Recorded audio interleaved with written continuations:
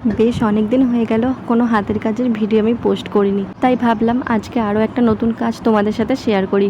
তো hello everyone, আমি রিঙ্কু। আমার একটা নতুন ব্লগে তোমাদের সকলকে ওয়েলকাম জানাই। তো আজকে দেখো আমি অন্য রকম একটা হাতের কাজ তোমাদের সাথে শেয়ার করছি।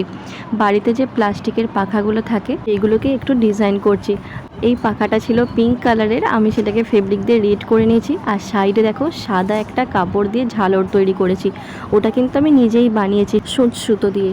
হয়তো অনেকটাই সময় গেছে, কিন্তু পাখাটা একটা অন্যরকম লুক হয়ে গেছে।